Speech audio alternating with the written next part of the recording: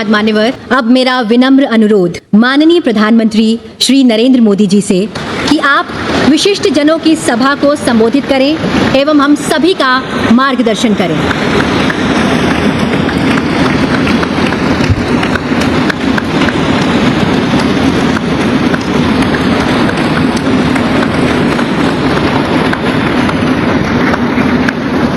आदरणीय उपराष्ट्रपति जी, आदरणीय स्पीकर महोदय, मंच पर विराजमान सभी वरिष्ठ महानुभाव और 140 करोड़ देशवासियों के प्रतिनिधि, सभी माननीय सांसदगण, आपको और देशवासियों को गणेश चतुर्थी की अनेक अनेक शुभकामनाएं।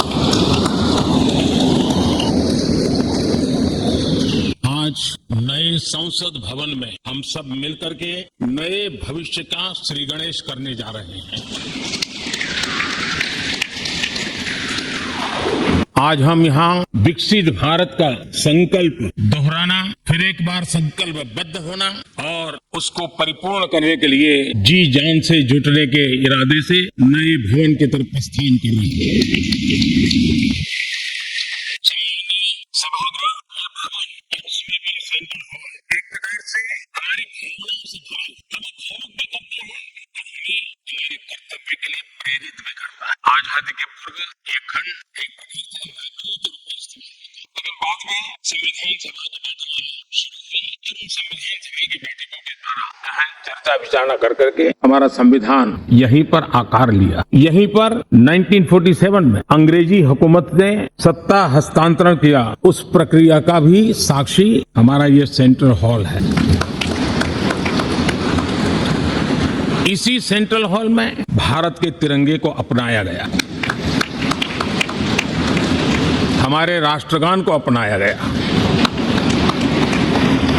और ऐतिहासिक अवसरों पर आजादी के बाद भी सभी सरकारों के दरमियान अनेक अवसर आए जब दोनों सदनों ने मिलकर के यहाँ पर भारत के भाग्य को गढ़ने के पर विचार किया, सहमति बनाई और निर्णय भी किए। 1952 के बाद दुनिया के करीब 41 राष्ट्राध्यक्षों इस सेंट्रल हॉल में हमारे सभी माननीय सांसदों को संबोधित किया है। हमारे राष्ट्रपति महोदयों के द्वारा 86 बार यहां संबोधन किया गया है। बीते 7 दशकों में जो भी साथी इन जिम्मेवारियों से गुजरे हैं, जिम्मेवारियों को संभाली है, अनेक कानूनों, अनेक संशोधन और अनेक सुधारों का हिस्सा रहे। अभी तक लोकसभा और राज्यसभा ने मिलकर करीब करीब 4000 से अधिक कानून पास किए हैं और कभी जरूरत पड़ी तो ज्वाइंट सेशन के माध्यम से भी कानून पारित करने की दिशा में रणनीति बनानी पड़ी और उसके तहत भी दहेज रोकथाम कानून हो, बैंकिंग सर्विस कमीशन बिल हो, आतंक से लड़ने के लिए कानून हो, ये संयुक्त सत्र में पास किए गए हैं, इसी गृह में पास किए गए हैं। इसी संसद में मुस्लिम बहन बेटियों को न्याय की जो प्रतीक्षा थी, शाहबानो केस के कारण कुछ गाड़ी उल्टी पार्टी पर चढ़ गई थी, इसी सदन ने हमारी उस गलतियों को ठीक किया और 3 तलाक विरुद्ध कानून हम सब ने मिलकर के पारित किया। संसद ने बीते वर्षों में ट्रांसजेंडर को न्याय देने वाले कानूनों का भी निर्माण किया। इसके माध्यम से हम ट्रांसजेंडर के प्रति सद्भाव और सम्मान के भाव के साथ उनको नौकरी, शिक्षा, स्वास्थ्य, बाकी जो सुविधाएं हैं एक गरिमा के साथ प्राप्त कर सके, इसकी दिशा में हम आगे बढ़े। हम सभी ने मिलकर हमारे दिव्यांग जनों के लिए भी उनकी जरूरतों को देखते हुए, उनके एस्पिरेशंस को देखते हुए ऐसे कानूनों का निर्माण किया जो उनके लिए उज्जवल भविष्य की गारंटी बन रही है।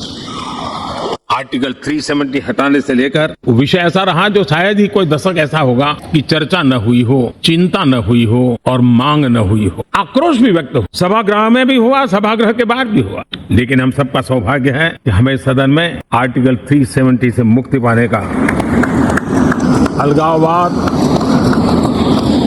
आतंकवाद के खिलाफ लड़ाई लड़ने का एक बड़ा महत्वपूर्ण कदम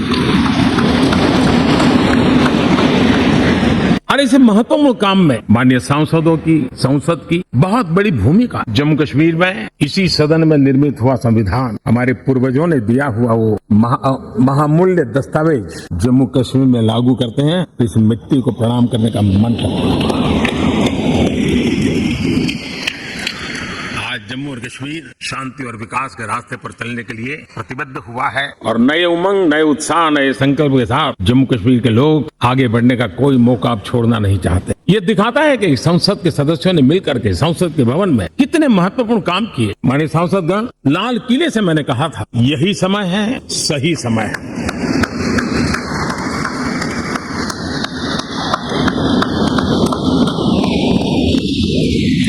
एक के बाद एक घटनाओं की तरफ हम नजर करेंगे। हर घटना इस बात का गवाह दे रही है कि आज भारत एक नई चेतना के साथ पुनर्जागृत हो चुका है। भारत नई ऊर्जा से भर चुका है और यही चेतना, यही ऊर्जा इस देश के कोटि कोटि जनों के सपनों को संकल्प में परिवर्तित कर सकती है और संकल्प को परिश्रम की पराकाष्ठा कर करके सिद्धि तक पहुंचा सकती है। ये हम देख सकते हैं और मेरा विश्वास, देश जिस दिशा में चल पड़ा, इच्छित परिणाम अवश्य प्राप्त होंगे। हम गति जितनी तेज करेंगे, परिणाम उतने जल्दी मिलेंगे। आज भारत 5वीं अर्थव्यवस्था पर पहुंचा, लेकिन पहले 3 में पहुंचने के संकल्प के साथ बढ़ रहा है। और मैं जिस स्थान पर बैठा हूं, जो जानकारियां प्राप्त होती है उसके आधार पर, विश्व के गणमान्य लोगों से बातचीत करता हूं उसके आधार पर, मैं बड़े विश्वास से कह रहा हूं, हम में से कुछ लोगों की निराशा हो सकती है, लेकिन दुनिया आश्वस्त है कि भारत टॉप 3 में पहुंच चुके हैं।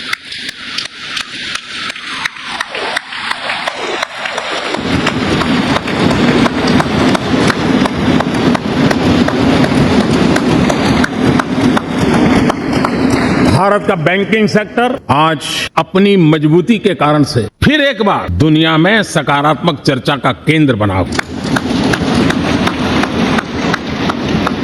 भारत का गवर्नेंस का मॉडल, यूपीआई, डिजिटल स्टैक, मैं इस G20 में देख रहा था, मैंने बाली में भी देखा। टेक्नोलॉजी की दुनिया को लेकर के भारत का नौजवान जिस प्रकार से आगे बढ़ रहा है, पूरे विश्व के लिए कौतुक भी है, आकर्षण भी है और स्वीकृति भी है।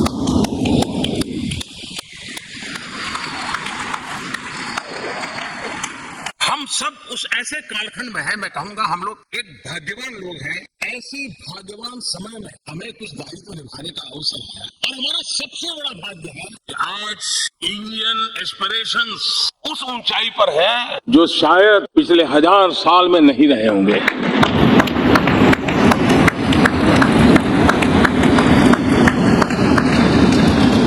गुलामी के जंजीरों ने उसके एस्पिरेशंस को दबोच कर, उसकी भावनाओं को तहस नहस कर दिया। आजाद भारत में अपने सपने संजो रहा था, चुनौतियों से जूझ रहा था, लेकिन मिलकर के आज जहां पहुंचे हैं, अब वहां वो रुकना नहीं चाहता है। वो एस्पिरेशनल सोसाइटी के साथ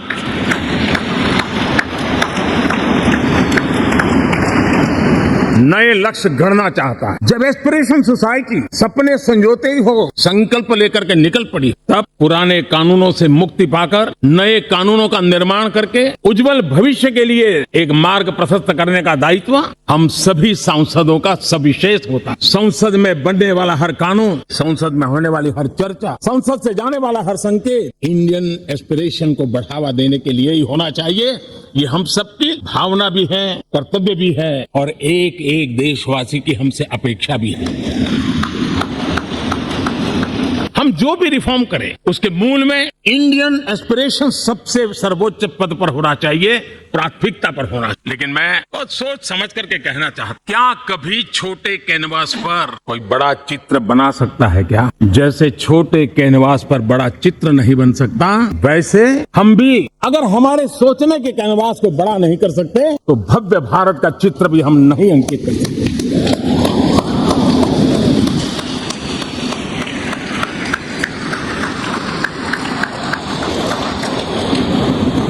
75 साल का हमारे पास अनुभव है। हमारे पूर्वजों ने जो कुछ भी रास्ते बनाए, उससे हमने सीखा। हमारे पास एक बहुत बड़ी विरासत है। इस विरासत के साथ अगर हमारे सपने, हमारे संकल्प जुड़ जाए, हमारा सोचने का दायरा बदल जाए, हमारा कैनवास बड़ा हो जाए, तो हम भी उस भव्य भारत के चित्र को अंकित कर सकते हैं, उस तस्वीर का खाका खींच सकते हैं, उसमें रंग भरने का काम हम भी कर सकते हैं और आने वाली पीढ़ी को वो भव्य दिव्य मां भारती के हम उनको सुपुर्द कर सकते हैं। अमृतकाल के 25 वर्षों में भारत को अब बड़े कैनवास पर काम करना ही होगा। अब हमारे लिए छोटी छोटी चीजों में उलझना, वो वक्त चला गया। हमें आत्मनिर्भर भारत बनाने के लक्ष्य को सबसे पहले परिपूर्ण करना, और हमसे शुरुआत होती, हर नागरिक से शुरुआत होती। और आज दुनिया में भी एक समय ऐसा था, लोग मुझे कहते थे, हमारे बड़े बड़े बुद्धिजीवी और अर्थशास्त्री लिखते थे कि मोदी आत्मनिर्भर की बात करता है तो मल्टीलेटरिज्म के सामने चुनौती तो बन नहीं जाएगा, ग्लोबल इकोनॉमी के जमाने में ठीक तो नहीं होगा। लेकिन 5 साल के भीतर भीतर देखा, दुनिया भारत के आत्मनिर्भर मॉडल की चर्चा करने लगी है। और कौन हिंदुस्तानी नहीं चाहेगा कि डिफेंस सेक्टर में आत्मनिर्भर हो, एनर्जी सेक्टर में हम आत्मनिर्भर हो, एडिबल ऑयल, क्या इस देश को आत्मनिर्भर नहीं होना चाहिए? कृषि प्रधान देश हम कहते हैं, खाएगा तेल, क्या देश बाहर से लाएगा? बहुत समय की मांग है कि हमें आत्मनिर्भर भारत को संकल्प को पूरा करना, ये हम सबका दायित्व है। उसमें दल आड़े नहीं आते, सिर्फ दिल चाहिए, देश के लिए चाहिए।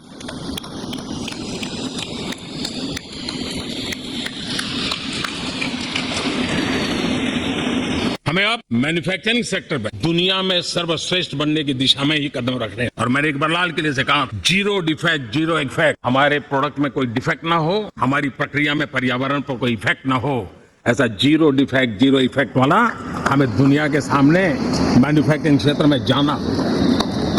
हमारे डिजाइनर, हमारे यहाँ निर्माण हो रही डिजाइन, हमारे सॉफ्टवेयर, हमारे एग्रीकल्चर प्रोडक्ट, हमारे हस्तशिल्प, हर क्षेत्र में अब हमें वैश्विक मापदंडों को पार करने के इरादे से ही चलना चाहिए, तब जाकर के विश्व के अंदर हम अपना झंडा फहरा सकते हैं। मेरे गांव में मेरा सबसे अच्छा माल हो, इतनी बात नहीं चलेगी। मेरे राज्य में मेरा सबसे अच्छा प्रोडक्ट नहीं चलेगा, मेरे देश में मेरा सबसे अच्छा प्रोडक्ट नहीं चलेगा, दुनिया में मेरा प्रोडक्ट सबसे अच्छा होगा, ये भाव होगा।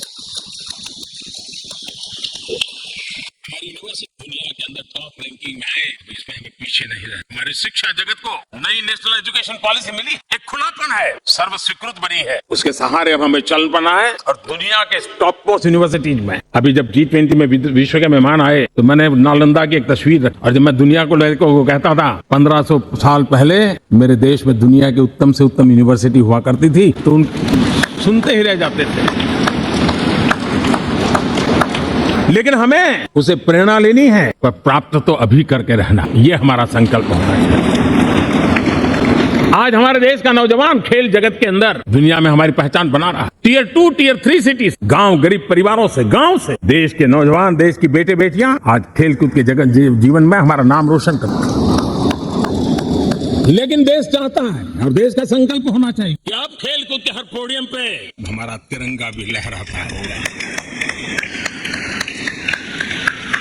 हमें अब पूरा हमारा दिमाग क्वालिटी पर फोकस करना ही हो, ताकि हम विश्व की आशा अपेक्षाओं के अनुकूल और भारत के सामान्य मानवी के जीवन में भी क्वालिटी ऑफ लाइफ के प्रति जो एस्पिरेशन बढ़ा है उसको हम एड्रेस कर पाए। और जैसे मैंने कहा, हम भाग्यवान हैं कि हम उस समय काम कर रहे हैं जब समाज अपने आप एक एस्पिरेशनल सोसाइटी है। हमारा और भी एक भाग्य है कि हम उस समय हैं जब हिंदुस्तान युवा देश है। हम दुनिया में सबसे ज्यादा जन आबादी वाला तो देश बने ही हैं, लेकिन सबसे बड़ी आबादी, उसमें भी सबसे युवा, ये पहली बार हुआ है। जिस देश के पास ये युवा शक्ति हो, युवा सामर्थ्य हो, तब हमें उसकी टैलेंट पे भरोसा, हमें उसकी संकल्प शक्ति पे भरोसा है, उसकी साहस में हमें भरोसा है। और इसलिए हम चाहते हैं कि दुनिया में भारत का युवा अग्रिम पंक्ति में नजर आना चाहिए, वो स्थिति पैदा होनी चाहिए। आज पूरी दुनिया को स्किल मैन पावर की बहुत बड़ी जरूरत है, और भारत विश्व की इस आवश्यकता की पूर्ति के लिए अपने आप को सज्ज कर सकता है और उन आवश्यकताओं को पूरी कर करके दुनिया में अपनी एक जगह भी बना सकता है। और इसलिए विश्व में उनकी आवश्यकता के लिए किस प्रकार के मैन पावर की जरूरत, किस प्रकार के उनको ह्यूमन रिसोर्स की जरूरत, स्किल मैपिंग का काम भी चल रहा है। और उस स्किल मैपिंग के अनुसार भारत के अंदर स्किल डेवलपमेंट की तरफ हम बल दे रहे हैं। और जितना ज्यादा हम स्किल डेवलपमेंट पर बल देंगे, भारत के नौजवानों का सामर्थ्य विश्व में अपना डंका बजाने में कोई कमी नहीं रखेगा। और हिंदुस्तानी जहां गया है उसने अच्छाई की छाप छोड़ी है, कुछ कर गुजरने की छाप छोड़ी है। ये सामर्थ्य हमारे अंदर पहले से पड़ा हुआ है, और हमारे पहले जो लोग गए हैं उन्होंने इससे छवि भी बना के रखी हुई। आपने देखा होगा पिछले दिनों करीब 150 नर्सिंग कॉलेज एक साथ खोलने का निर्णय। पूरे दुनिया में बहुत बड़ी रिक्वायरमेंट है नर्सिंग। हमारी बहन, हमारी बेटियां, हमारे बेटे उस क्षेत्र में दुनिया में पहुंच सकते हैं, आसानी से पहुंच सकते हैं। पूरे विश्व की जरूरत, और ये तो मानवता का काम है जिसमें हम पीछे नहीं रहेंगे। आज मेडिकल कॉलेजेस का इतना व्यापक रूप से निर्माण, देश की आवश्यकता तो पूरी करनी ही करनी है, दुनिया की आवश्यकताओं में भी योगदान दे सकते हैं। कहने का तात्पर्य यही है, हर छोटी चीज पर बारीकी से ध्यान देते हुए उस पर अपना ध्यान केंद्रित करते हुए हमें आगे बढ़ना है। हमें भविष्य के लिए सही समय पर सही फैसले भी लेने, हम फैसलों को टाल नहीं सकते। हम राजनीतिक लाभ नुकसान के गणा भाग के अंदर अपने आप को बंधित नहीं बना सकते। हमें तो देश के एस्पिरेशन के लिए हिम्मत के साथ नए निर्णय करने। आज सोलर पावर के सफल मूवमेंट हमारी भावी पीढ़ी के लिए एनर्जी क्राइसिस से मुक्ति की गारंटी दे रहा है। आज मिशन हाइड्रोजन आने वाले दिनों में जो एनवायरमेंट की चिंता है, जो टेक्नोलॉजी में बदलाव आ रहा है, उसके समाधान का रास्ता देने का सामर्थ्य रखती है। आज हमारा सेमीकंडक्टर जिस प्रकार से जीवन चलाने में हमारे हृदय की जरूरत रहती है, वैसे ही आज हमारी टेक्नोलॉजी चिप्स के बिना चल नहीं सकती और सेमीकंडक्टर उसके लिए बहुत अनिवार्य है। उस दिशा में हम आगे जाकर के इलेक्ट्रॉनिक मैन्युफैक्चरिंग में कोई रुकावट ना आए और जीवन कहीं अटक न जाए, उसके लिए एक बहुत बड़ी मात्रा में हम काम कर रहे हैं। जल जीवन मिशन, हर जिले में 75 अमृत सरोवर, हमारी भावी पीढ़ी को, हमारे बच्चों को, बच्चे भी बच्चे, उनको कभी पानी के बिना तरसना न पड़े, इसकी चिंता हम आज कर रहे हैं। विश्व के बाजार में हमारा हर व्यापार कारोबार पहुंचे, कॉम्पिटिटिव ताकत के साथ खड़ा रहे, लॉजिस्टिक सिस्टम को और अधिक कम खर्च वाला बनाना, एफिशिएंट बनाना, उस दिशा में हम बहुत नीतियां लेकर के चल रहे हैं। आज समय की मांग है कि भारत का एक ऐसा भारत का हम निर्माण करें। नॉलेज, इनोवेशन, ये समय की मांग है और दुनिया में हमें अग्रिम पंक्ति में जाने का रास्ता भी। और इसलिए पिछले हमने समय नेशनल एजुकेशन पॉलिसी के साथ साथ टेक्नोलॉजी के बढ़ावे के लिए हमने रिसर्च और इनोवेशन का एक कानून भी पारित, ताकि हमारे देश के नौजवानों को इस इनोवेशन के और चंद्रयान 3 की सफलता के बाद देश के नौजवानों के मन में विज्ञान की तरफ आकर्षण बढ़ रहा, हमें मौका गंवाना नहीं है।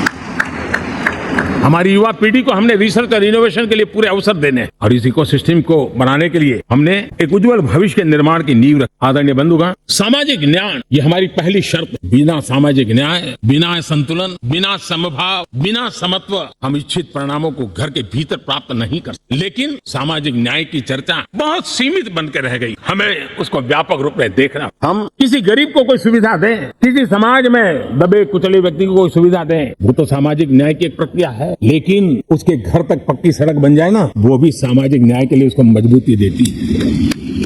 उसके घर के नजदीक में बच्चों के लिए अगर स्कूल खुल जाए तो वो भी उसको सामाजिक न्याय की मजबूती देती है। उसको बिना खर्च, अगर आरोग्य में समय की जरूरत पड़े वो मिले, तब जाकर के सामाजिक न्याय की मजबूती मिलती है। और इसलिए जिस प्रकार से समाज व्यवस्था में सामाजिक न्याय जरूरत है, वैसा ही राष्ट्र व्यवस्था में सामाजिक न्याय की आवश्यकता है। अब देश का कोई हिस्सा पीछे रह जाए, अविकसित रह जाए, ये भी सामाजिक न्याय के खिलाफ। दुर्भाग्य से देश का पूर्वी इलाका, भारत का पूर्वी भाग जो समृद्धि से भरा हुआ है, लेकिन वहां के नौजवानों को रोजगार के लिए दूसरे इलाके में जाना पड़ रहा है। ये स्थिति हमें बदलनी है।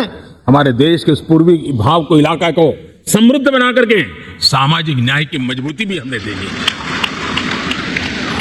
असंतुलित विकास, शरीर कितना भी स्वस्थ क्यों न हो, लेकिन एक उंगली को भी अगर लकवा मार गया है तो शरीर स्वस्थ नहीं माना जाता है। भारत कितना ही समृद्ध हो, लेकिन कोई अंग उसका दुर्बल रह जाए तो भारत समृद्धि में पीछे है, मानना पड़ेगा। और इसलिए हम सर्वांगीण विकास के पक्ष में, सामाजिक न्याय की उस ऊंचाई को प्राप्त करने के पक्ष में, दिशा में हमें आगे बढ़ना है। चाहे पूर्वी भारत हो, चाहे नॉर्थ ईस्ट हो, हमें उन चीजों को प्राप्त करना। और उसीलिए जो रणनीति कितनी सफल हुई है, 100 एस्पिरेशनल डिस्ट्रिक्ट पर विशेष काम किया, नौजवान अफसरों को लगाया गया, एक स्ट्रेटेजी बनाई गई। आज दुनिया उस मॉडल की चर्चा कर रही है और आज 100 डिस्ट्रिक्ट देश के कोने कोने में जो पीछे माने जाते थे, उसको बोझ मान लिया गया था। आज स्थिति ये बनी है वो 100 डिस्ट्रिक्ट अपने अपने राज्य में लीड कर रहे हैं, राज्य की एवरेज से भी ऊपर जा रहे हैं। और इस सफलता को देख करके, सामाजिक न्याय की इस भावना को मजबूत करते हुए 100 डिस्ट्रिक्ट में से आगे बढ़ करके जमीनी स्तर पर ले जाने के लिए 500 ब्लॉक तक उनको एस्पिरेशनल डिस्ट्रिक्ट ब्लॉक के नाते आइडेंटिफाई करके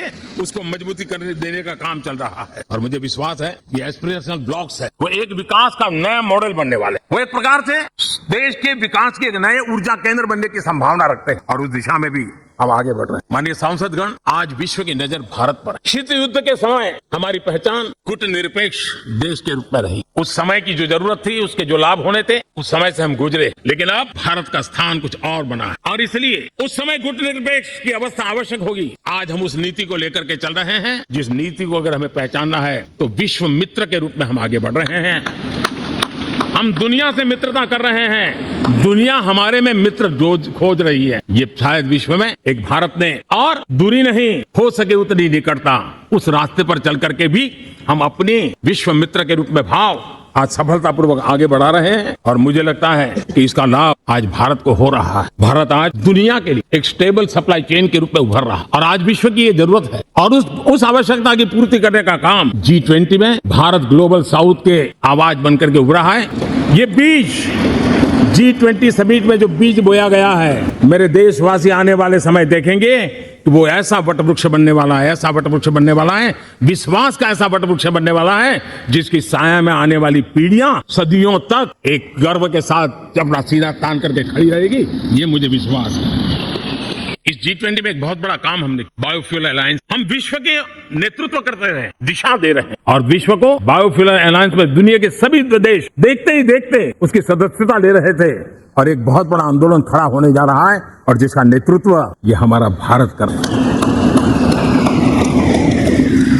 छोटे छोटे महाद्वीप, उनके साथ भी आर्थिक कॉरिडोर बनाने की दिशा में हमने बड़ी मजबूती के साथ कदम उठाए। आदरणीय बंधुगण, आदरणीय उपराष्ट्रपति जी, आदरणीय स्पीकर महोदय, आज हम यहाँ से विदाई लेकर के नए भवन में जा रहे हैं, संसद के नए भवन में बैठने वाले, और ये शुभ है, गणेश चतुर्थी के दिन बैठ रहे हैं। लेकिन मैं एक आप दोनों महानुभावों को एक प्रार्थना कर रहा हूं, एक विचार आपके सामने रख रहा हूं। मैं आशा करता हूं कि आप दोनों मिलकर के उस विचार पर जहां भी जरूरत पड़े मंथन करके कुछ निर्णय अवश्य करिए। और मेरी प्रार्थना है, मेरा सुझाव है कि अब हम जब नए सदन में जा रहे हैं तब इसकी गरिमा कभी भी कम नहीं होनी चाहिए।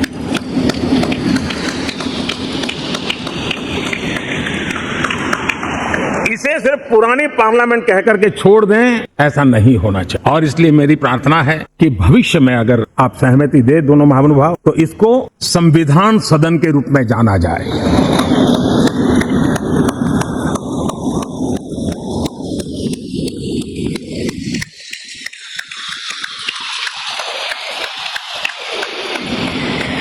ताकि ये हमेशा हमारे रक्षा के लिए हमारी जीवन प्रेरणा बनी रहेगी। और जब संविधान सदन कहेंगे तब उन महापुरुषों का याद भी उसके साथ जुड़ जाएगी जो कभी संविधान सभा में यहाँ बैठा करते थे, गणमान्य महापुरुष बैठा करते थे। और इसलिए भावी पीढ़ी को ये तोहफा भी देने का अवसर हमें जाने नहीं देना चाहिए। मैं फिर एक बार इस पवित्र भूमि को प्रणाम करता हूँ। यहाँ पर जो तपस्या हुई है, जन कल्याण के लिए संकल्प हुए, इसको परिपूर्ण करने के लिए 7 दशक से भी अधिक समय से जो पुरुषार्थ हुआ है, उन सबको प्रणाम करते हुए मैं मेरी वाणी को विराम देता हूँ और नए सदन के लिए आप सबको शुभकामनाएं देता हूँ।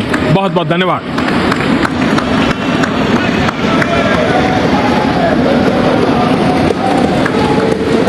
बहुत बहुत धन्यवाद मान्यवर। अब मेरा विनम्र निवेदन माननीय उपराष्ट्रपति जी